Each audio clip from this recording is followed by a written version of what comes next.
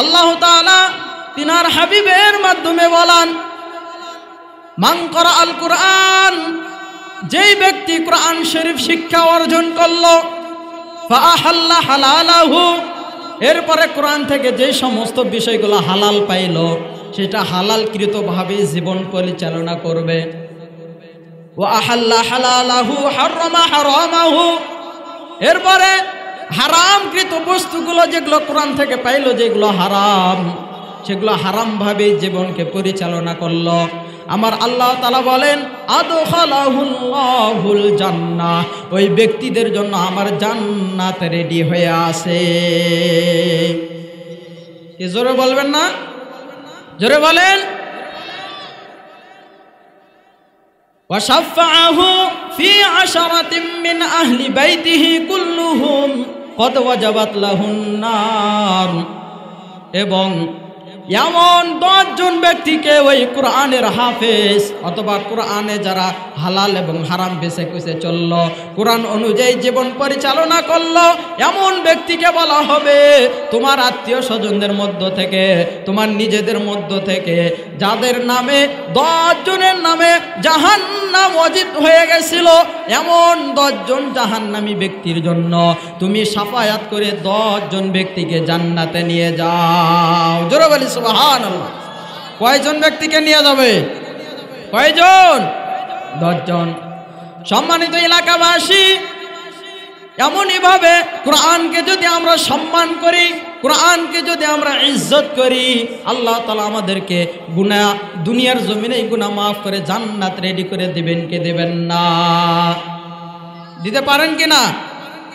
এই জন্য ভারতবর্ষের একটি ঘটনা, একজন যুবক এমন কোন গুনাহ নাই করে নাই, জিনা থেকে শুরু করে, খুন থেকে শুরু করে, আহাজারি থেকে শুরু করে, মদ খায়, গাঞ্জা খায়, হেরোইন খায়, প্রত্যেক দিন দৈনন্দিন এত পরিমাণ টাকা নষ্ট করে। হঠাৎ করে একদিন রাস্তা দিয়ে হেঁটে যাওয়ার সময় দেখতেছেন রাস্তার সাইডে একটা কুড়ে ঘরের মধ্যে একজন তলিবুল ইলম গুনগুন করে কোরআন শরীফ তিলাওয়াত করতেছে। জোরে বলি সুবহানাল্লাহ। কোরআন শরীফ কি করতেছে? তিলাওয়াত করতেছে। এই আওয়াজটি এত সুন্দর, কানের মধ্যে যখন পৌঁছে গেল, যুবক চিন্তা করলো গুনগুন আওয়াজ হয়, আমি একটু সামনের দিকে আগায় গিয়ে দেখি কে গুনগুন করে আল্লাহর কালাম পড়ে। আহার এত সুন্দর, এত সুন্দর তেলাওয়াত কানে ভাসিয়ে আসতেছে। যুবক এইবার ওই ব্যক্তি অর্থাৎ ওই ছোট বাচ্চার কাছে আগায় গেল, গিয়ে দেখে সামনে একটা হেরিকেন, হেরিকেন আছে কিন্তু আলো নাই। কি নাই? হেরিকেন আছে কি নাই? আলো নাই। এইবার গুনাহগার যুবক বান্দা ওই তলিবুল ইলম কোরআনের ধারক বাহককে বলতেছে, ও বাবা, তুমি কোরআন শরীফ পড়তেছো, তোমার হেরিকেনের মধ্যে তেল নাই, অন্ধকার অন্ধকার অন্ধকার ভাব, কোরআন কেমনে পড়তেছো? সন্তান বলতেছে, আমি অমুক এলাকার হাফিজিয়া মাদ্রাসায় পড়ি, কয়েক পারা আমার হেফজ হয়ে গেছে, এই জন্য আমার কোরআন পড়তে গিয়ে হেরিকেনের তেল শেষ হয়ে গেল, তাই ভাবলাম যে কোরআন শরীফ তো আমার 2-4 পারা মুখস্থ আছে, আমি যেহেতু তেল শেষ হয়ে গেছে, এখন আমি মুখস্থ তিলাওয়াতগুলো একটু শুরু করে দেই। জোরে বলি সুবহানাল্লাহ। এইবার গুনাহগার যুবক কোরআন তিলাওয়াতের কথা শুনিয়া চিন্তা ভাবনা করল, আহারে আমার বাবা ধনী মানুষ, আমার বাবা বড় লোক মানুষ, আমি প্রতিদিন সিগারেট খাই, পান খাই, গাঞ্জা খাই, হিরোইন খাই, মাইয়ার পেছনে অনেক টাকা নষ্ট করি, আর এখানে একজন ইতিম সন্তান আলো বেগর কোরআন শরীফ দেখে দেখে পড়তে পারতেছে না, আমি যদি তাকে একটু হেল্প করতে পারি, একটু যদি সাহায্য করতে পারি, তাহলে আল্লাহ তাআলা পারেন তো আমার কিসমত খুলে দিবেন। ঠিক কিনা বলেন? এইবার যুবক ওই ছোট বাচ্চাকে বলল, বাবা তুমি এখানেই থাকো, অল্প সময়ের মধ্যে একটি দোকানে গিয়ে দোকানদারকে বলতেছে, রে ভাই আমাকে 2 টিন তেল দেন। জোরে বলে সুবহানাল্লাহ। কয় টিন? কয় টিন? 2 টিন তেল দেন। এইবার দোকানদার ভাবতেছে এ তো মদখোর গাঞ্জাখোর, 2 টিন তেল চাই, টাকা দেবে কি দেবে না। এলাকায় অনেক নেতা আছে না নাই, দোকানে পান বিড়ি সিগারেট খেয়ে টাকা না দিয়ে হুন্ডা নিয়ে দৌড়, আছে না নাই? কথা বলেন। ক্ষমতাশীল অনেক মানুষ আছে না নাই, চাইলে গায়ে বেটা মার খাবি, আমার থেকে টাকা চাস, বলে কি বলে না? তোর এত বড় স্পর্ধা, এত বড় সাহস, আমার কাছ থেকে টাকা চাস, আমি কে জানিস? বলে কি বলে না? বলে। তো দোকানদার ভাবতেছে এ তো গাঞ্জা খায়, মদ খায়, এ তো আমাকে টাকা দেবে না। তো এই জিনিসটি গুনাহগার বান্দাটা বুঝতে পারছে, এই জন্য তেল নেওয়ার পর পরে তাকে টাকা দিয়ে দিছে। জোরে বলি সুবহানাল্লাহ। এইবার 2 টিন তেল, 1 টিন তেল মাথায় নিছে, আর একটা তেল হাতে নিছে।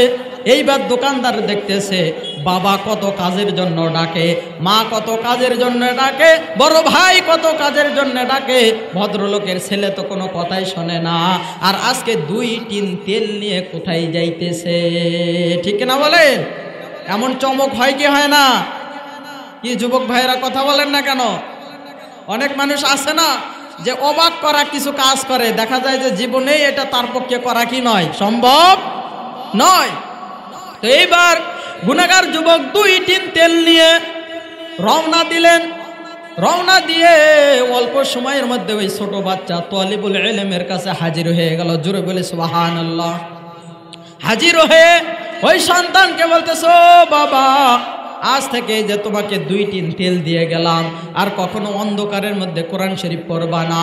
যখনই কোরআন শরীফ তুমি হাতে নেবা, যখনই কোরআন তেলাওয়াত করবা, আমার এই টিন থেকে তেল নিয়ে এরিকিনের মধ্যে তেল দিয়ে এরপরে কোরআন শরীফ পড়বা। জোরে বলে সুবহানাল্লাহ। 2 টিন তেল দিল। এবার বলল 2 টিন তেল যদি আবার শেষ হয়ে যায়, আমাকে শুধু একটু জানাইবা, একটু যোগাযোগ করবা, আমি এরপর আবার তোমার কাছে তেল পৌঁছায়া দেব। জোরে বলে সুবহানাল্লাহ। এই গুনাহগার যুবকের তেল পৌঁছে দেওয়া আল্লাহর কাছে এত এত এত পরিমাণ পছন্দ হইল রে যুবক ভাই, ও লালমাটির যুবক ভাই। অনেকে আছেন এখনো মেলায় ঘুরতেছেন, অনেকে আছেন মেলায় গিয়ে মাইয়ার পেছনে দৌড়াইতেছেন, অনেকে আছেন এখনো নামাজ পড়েন না, অনেকে আছেন এখনো মা বাবার কথা শোনেন না, অনেকে আছেন বিবিকে পরিপূর্ণ ভালোবাসা দিতেছেন না রে যুবক। তোমার মতো এই যুবকটিও খারাপ ছিল। এই খারাপ যুবক হঠাৎ করে তেলের পিছনে লাগিয়ে তার কিসমত পাল্টাইল। লালমাটির মাহফিল থেকে আমরাও চাই লালমাটির যুবকরা তওবা করে যাবে, আর কোনোদিন নামাজ কাজা করবে না। ঠিক না বলেন? আর কোনোদিন দাড়ির মধ্যে খুর লাগাইবা না, আর কোনোদিন আলেম ওলামাদের বিরোধিতা করবা না, আর কোনোদিন মাদ্রাসার বিরোধিতা করবা না। রাজি আছো?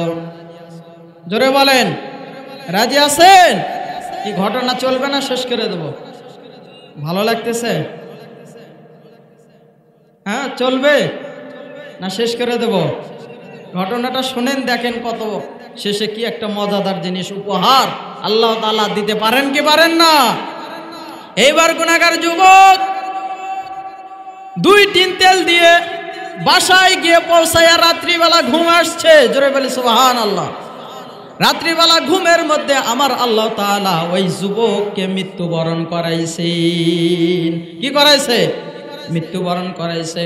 পরের দিন সকালে এলাকায় এলাম হয়ে গেল, ইন্না লিল্লাহি ওয়া ইন্না ইলাইহি রাজিউন। অমুকের সন্তান মারা গেছে, তার জানাজার নামাজ হবে। কিন্তু জানাজার নামাজের কথা যখন বলা হয়, এলাকার মানুষ বলে ঝন্টুর বেটা পিন্টু তো খুব খারাপ ছিল। ঠিক কিনা বলেন? গাঞ্জা খাইতো, মদ খাইতো, হিরোইন খাইতো, ওর জানাজা আমরা পড়াইব না, সুতরাং ওর লাশটি জঙ্গলের মধ্যে ফালাইয়া দিয়ে আসো। কোথায় ফেলে দিয়ে আসো? সাথে সাথে জঙ্গলের মধ্যে ফেলে দিয়ে আসা হলো। আল্লাহ তাআলার কি কারিশমা!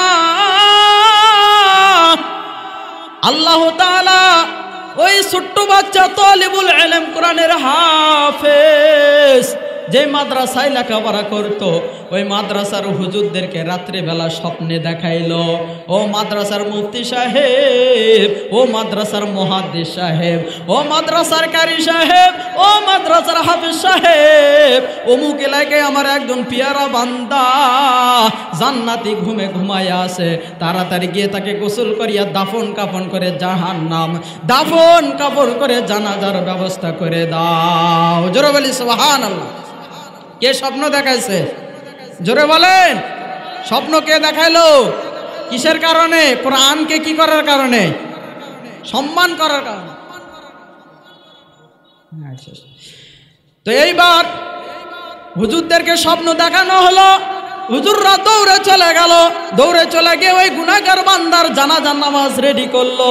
এইবার ওই হাফেজে কোরআন জানাজার নামাজের সময় চোখের পানি ফেলে কাঁদতেছে জোরে জোরে আওয়াজ করে। এইবার মাদ্রাসার মুহাতামিম বড় হুজুর ডাক দিয়ে বলছে, ও বাবা তুমি কেন কান্না করো, জানতে চাই।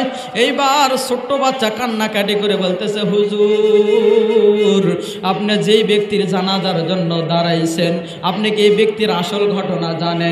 হুজুর বলতেছে, বাবা না না জানি না, কি রহস্য খুলে বলো। এইবার সন্তান বলতেছে, হুজুর গত কয়েকদিন আগে আমি কোরআন শরীফ তেলাওয়াত করতে করতে আমার হেরিকেনের তেল শেষ হয়ে গেছিল। তেল শেষ হওয়ার কারণে আমি অন্ধকার অবস্থায় কোরআন শরীফ পড়তেছিলাম। হঠাৎ করে যুবক ভাই আসিয়া আমাকে 2 টিন তেল কিনে দিয়ে বলল যে যতদিন পর্যন্ত তুমি কোরআন শরীফ তিলাওয়াত করবা, রাত্রিবেলা তুমি এই আমার তেলটা ব্যবহার করে হেরকিন জ্বালাইয়া কোরআন শরীফ পড়বা। জোরে বলি সুবহানাল্লাহ। তো যখন এই কথা বলল, এইবার হুজুর বলল, আমাকে তো স্বপ্ন দেখানো হলো, তুমি কি কোনো স্বপ্ন দেখেছো?